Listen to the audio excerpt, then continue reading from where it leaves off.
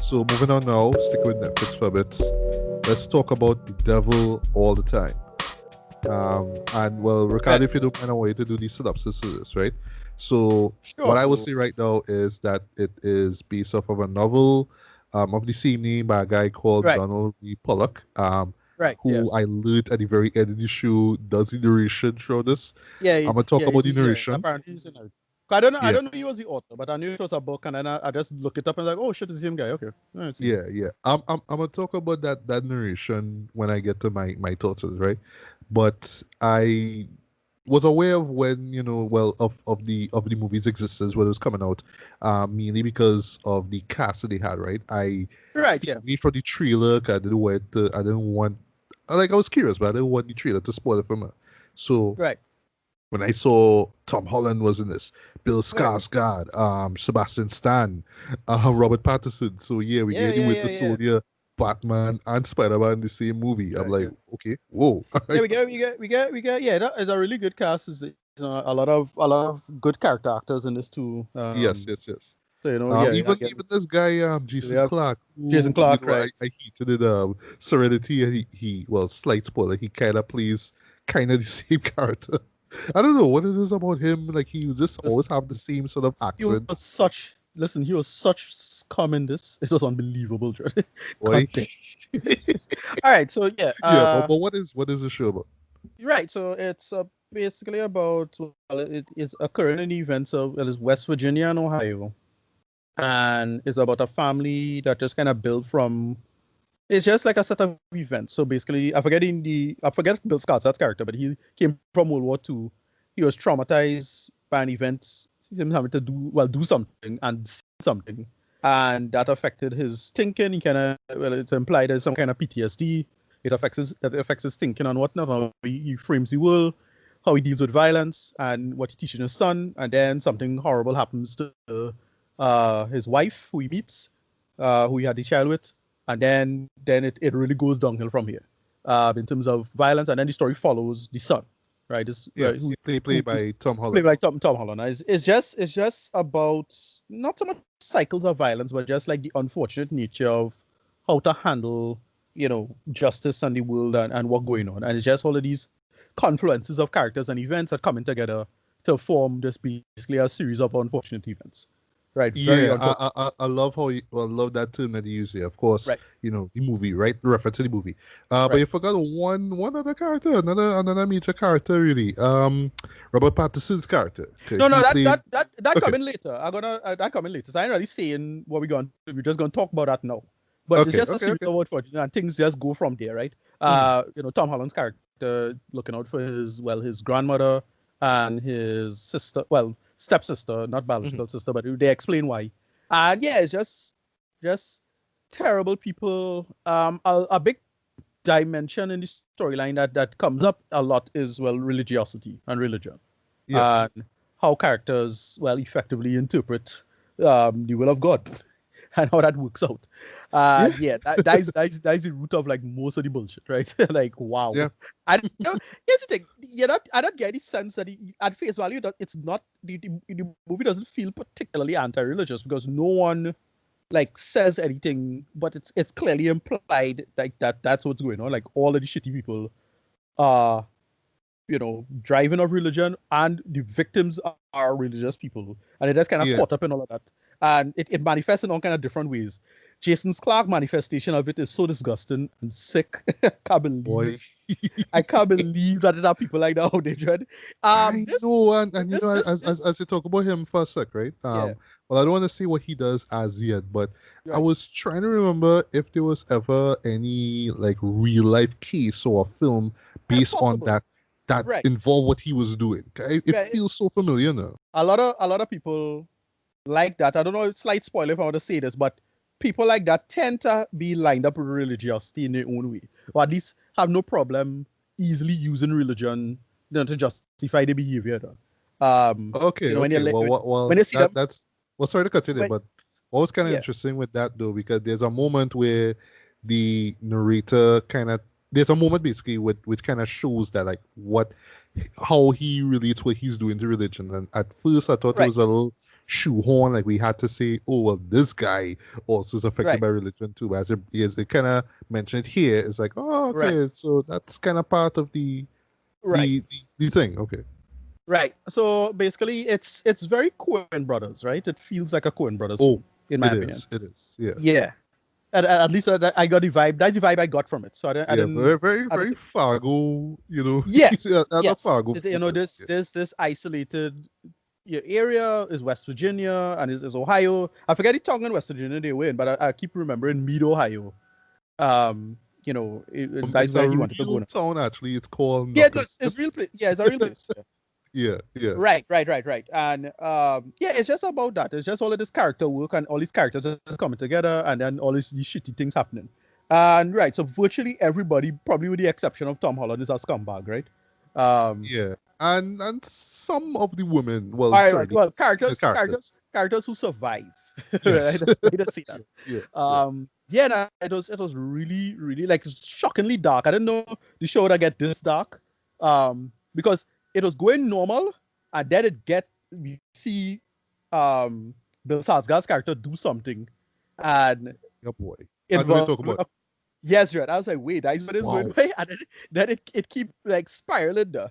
It keeps spiraling, and then you're seeing characters doing things, and it feel like it have no rhyme or reason behind why they're doing what they're doing. But then like everything started to come back together and piece together, and it's like, oh, okay, that's why. The first half of it felt a bit aimless, but I thought they would have resolved it in a really smart way, and it resolves a little too neatly for my liking, right? Little too, I would agree. I would agree. Yeah. Yeah. yeah. Another thing I didn't care for, I would have either toned down or outright cut the narration.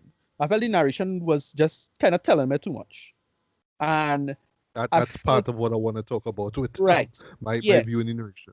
yeah, and all it because to me with stuff like that with adaptations, but you get a feeling that instead of adapting a good dialogue to address it, they decide to just have narration address the thing. And it is kind of just straight up explaining the scene to you, like this more feeling like commentary, DVD commentary more than a goddamn story now. And that was kind of bothering me. But other than that, I thought it was really strong character work. This is a slight complaint, but there's only really one character kind of suffer from this, and I'll say it's Tom Holland's character because we so accustomed to see them, as pretty Marvel Universe people. Uh, Everybody's looking a little too clean for this town. Like it's supposed to be West Virginia, and they're supposed to be kind of malnourished slightly, and Yeah, wherever it is, yeah. But everybody the looking well, accents that they do have to kind of sell that they from where they right. are. But I just talking about the look. Like some characters look like they're really from there. But Tom Holland was looking a little too clean, right? A little too neatened up, right? Whilst Robert Pattinson's character made perfect sense of why he looked like that. We know why. We find out why. Yeah. And that's only like it's not a big complaint, but it's like I understand why it's a slight problem for me, but it's not an issue. It's fine. Right. Yeah. Yeah. Okay, Right. well, just to jump into, my thoughts on the show, right? So let's just start off with religion here. So for me, the way how they explored it in this movie here, I was just captivated from the word go, right?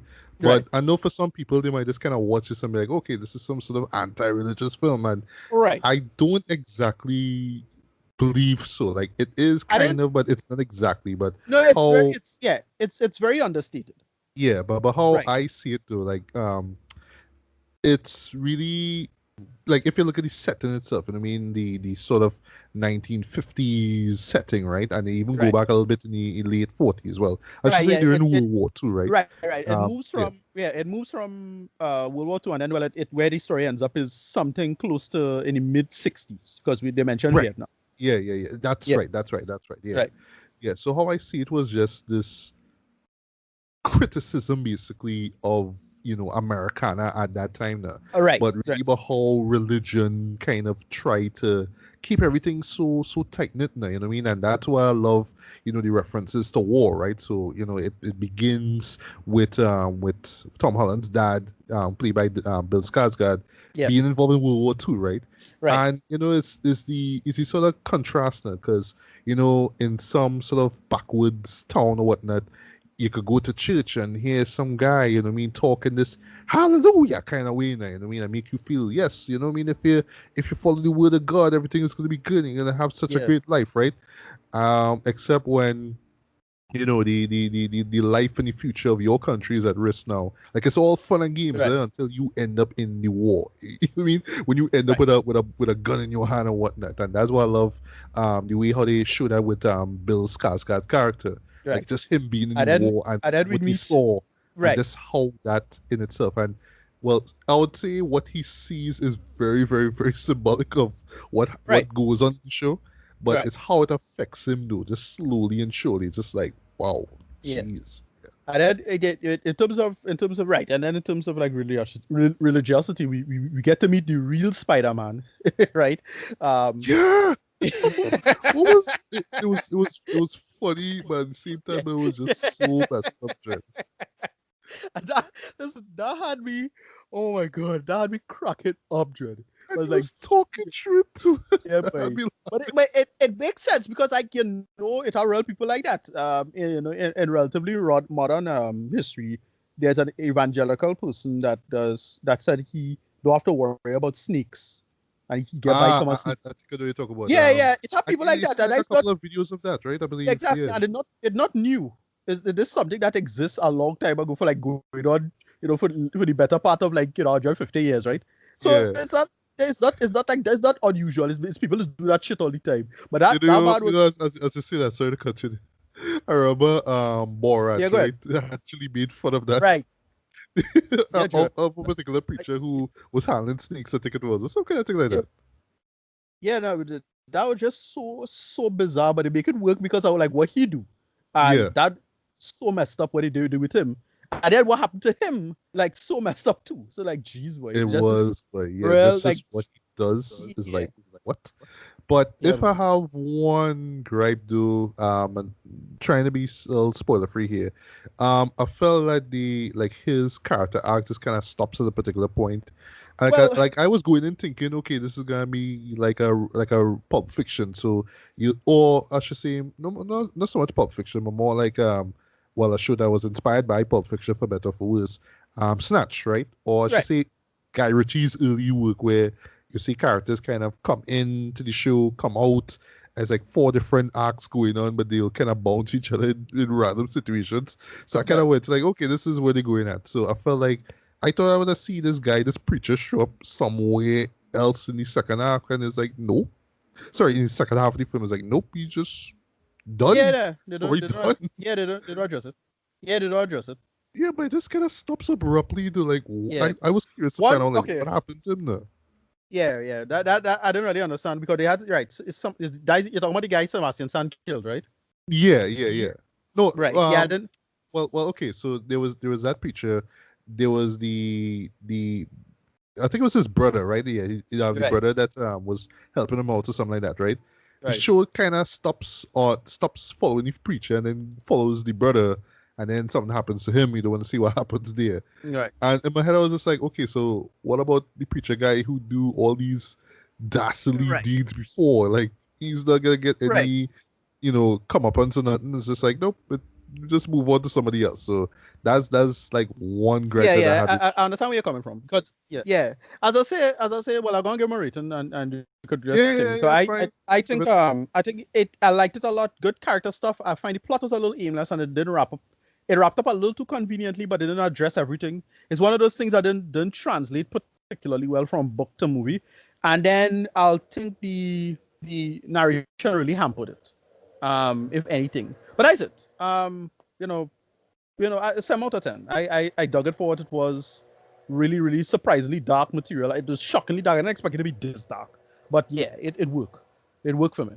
Right, right, right. Well, just a couple more gripes, and then I'll get to the good stuff, and then my rating, right? So, another gripe, like you say, yes, is narration, right? While I do understand its place here, and I will let the fact, I'll let it slide that yes, it's the writer of the book that's doing it, right? I Right. mean, he has that accent, that southern accent, if you Yeah, want to yeah, call it yeah. that, anyways, it works.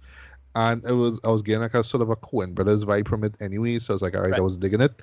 But like I said, yes, he does have to explain things, A little too much, and yeah. a little too much, and you're like, okay, like he technically is the unofficial narrator, and I'm not really sure what stance he has with any of these characters, right?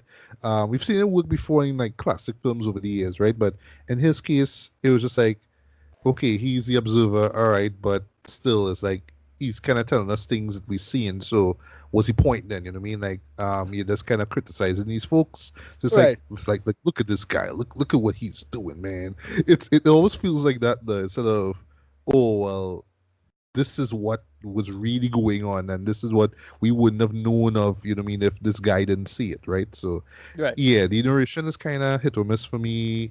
It kind of works, but at the same time, like I don't know how it would have been if it wasn't there. But I felt like if it was like if the story stuff was handled better, there wouldn't be any need for it, to be honest, right?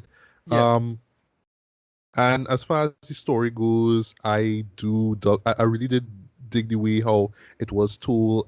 It's a bit uneven, well, intentionally so, but still in terms of like just certain character arcs and where they lead to, I felt like some of them, what I mean, you get your just reward in terms of where they end, while others is just like, meh, okay, that's just it. You don't really need to care about this person. Or sometimes like a character will kind of come in halfway into the show, like, okay, well, I want to see what's up with this guy or this person, and then it's just like, nope, it kind of just ends here. You know what I mean? Right. Case in point involving, well, Sebastian Shaw's character, right? He Stan. plays the sheriff. Stan. Sorry, yeah. He plays the sheriff, and he's basically using these crooked ways to stay in power, basically, right? But they introduce this subplot involving him and this guy, and you're like, oh, well, I want to know what happens here. But they Right. just kind of wrapped it up quick, and it's just for him to go on to this other character, this other subplot. They're like, okay, did I miss something or was something removed? I don't know, right? But onto the good though. I think that the cast killed it. I think that Yeah. everybody nailed it, especially right down to Tom Holland, who surprised me though. Like I didn't think that he could play an Yeah. anti-hero Yeah. He so held it. convincingly. You know what I Yeah. mean? He And held I'm it. like, He held wow, it. like Yeah. yeah, like I get the way why he is why he is the way he is. There's a particular moment involving his dad, and great piece of narration here where he says, well, this was a moment that stuck with him basically for the rest of his, like, this is like the Right. best father son moment he ever had, and you see how that affects him. You know what I mean? I love how in terms of the relationship between him and his dad, like it's not exactly the way how his dad is, Right. but they kind of hint that, oh, it could lead on that. You know what I mean? It could lead to that similar, like him Right. making similar decisions and stuff like that, right? Yeah. And stuff like that. So yeah, Doug's performance here, Bill Skarsgård was fantastic. Do as he dad, like I always had to squint and be like, oh yeah, that's him. Whoa, I didn't even realize it was him, right? Yeah. Yeah. Um, Sebastian Stan, he was great as the sheriff. He has this like really like his sister was played by Riley Keough. She was great as well. Um, Jason Clark, who plays her husband. Yeah. Wow, God. Yeah. jeez, Yeah. sleazy motherfucker, Dread, sleazy Yeah. motherfucker. Yeah. True low point. Yeah, yeah, boy. Like I don't know what it is with this man and No, playing sleazy the thing is, characters, okay. but So he was the worst character for me, but then Robert Pattinson is probably the second worst character. But yeah, yeah. he But was the me, worst. me was an either or. I couldn't really say one was worse than the next. Like they Nah, were bad. Jason Clark was the worst. Like for me, he's the worst. Like wow. Okay, Like well, you well, can't, come to think of it, because yeah, he does certain things where like, yeah. well, yeah, boy, there's no coming out of that, right? You know, but yeah, Robert Pattinson is still trash too. yeah. He was Yeah. trash. And while I wish that they kind of developed his character just a little smidge, Right. what he Yeah. does One here thousand. is just Yeah. enough for you to be like, Right. yeah, you can understand why. You can kind of get why he is the way he is. He is sleazy, but he's charming at the same time. But Right. like, I like him, but at the same time, I really hate him. You know, he is like that, and then it just goes deeper in terms of just the kind of stuff that he does there. But like in his case, I love that it touched back once again with the idea of religion. You know what I mean? And it's something that, like, for me, I always kind of like had in the back of my mind that, like, it's so easy to talk the certain way to captivate the oh gosh, the audience or whatnot when you're preaching in a church, right? If you just Right. have this deep southern accent, and you know me, you do all this stuff and you be all theatrical. It's like you could just almost get away with saying anything now, you know. And for people who just want, to feel like, nothing is gonna happen in this great place called America. Yeah, you can understand how these guys literally could get away with murder, right? So that's one thing I love about the show here. Just once again, you know what I mean? Like I could say it's about religion, but for me, it's about just that era, that time in America where it's like, yeah, all this deep dark stuff is going on outside of America, and you have these folks here Right. who kind of telling everything is okay, but look at what the show is here. Basically, this Southern Gothic film, just showing just the ugliness in like nearly everyone in this Yeah. one place. And the way how it ends, basically, I actually dug in terms of what the lead was going through, and I actually love this particular moment involving, well, what I would say the possibility of what may happen to him in the future, and how it relates to, well, um, a person close to him. I dug that. And once again, like for me, I just kind of saw it as, oh, well, this is just the next generation. This is a generation that has been affected by these shady, policemen and preachers and whatnot. So this is basically the new generation that they mold in Yeah. selfishly, you know what I mean? But they don't know that they're doing that. They're just doing it for a paycheck or whatnot. But yeah, this is the generation that's gonna come out of it. And you see, well, mainly what they touch on is a particular event. That's all I'll say. But when you think about that, just the context of that is just like, well, yeah, it's really the side effect of the generation before that. That's all I'll say. So I actually dug the way how they ended there. So as a whole, while it's not perfect though, it did keep me glued. You know what I mean? I was really digging the performances. I was really digging the story and the twists and turns. Yeah. Not all of it works though. It is a little overambitious, I would say. But I thought that for the most part, yeah, this was solid throughout. And yeah, it went in some dark corners though that I didn't expect they were going to go. But Right. believe you me though, I just couldn't help myself. I just had to see what was happening next. What was going to happen next. So rating wise, I'm gonna give this. I like that decent four, man. I really Okay. dug Yeah. this way more than I expected, man. Right. I don't know if this is gonna show up as best of the year or whatnot, but this for sure, definitely is gonna be an honorable mention. But I don't want 2020 to end and I forget about this movie. Dread. This for me though is a high recommendation. Though I really do recommend you check it out. Yeah. But Yeah. be forewarned though, this is not for the faint of heart though. I'm not saying any movie is overly violent or anything like that, but it's just so goddamn dark though. Yeah, boy, it will send shivers down your spine. Dread. Believe you, it will. But yeah, it's on Netflix right now. So yeah, if you're brave enough and you have an open mind, yeah, give it a look.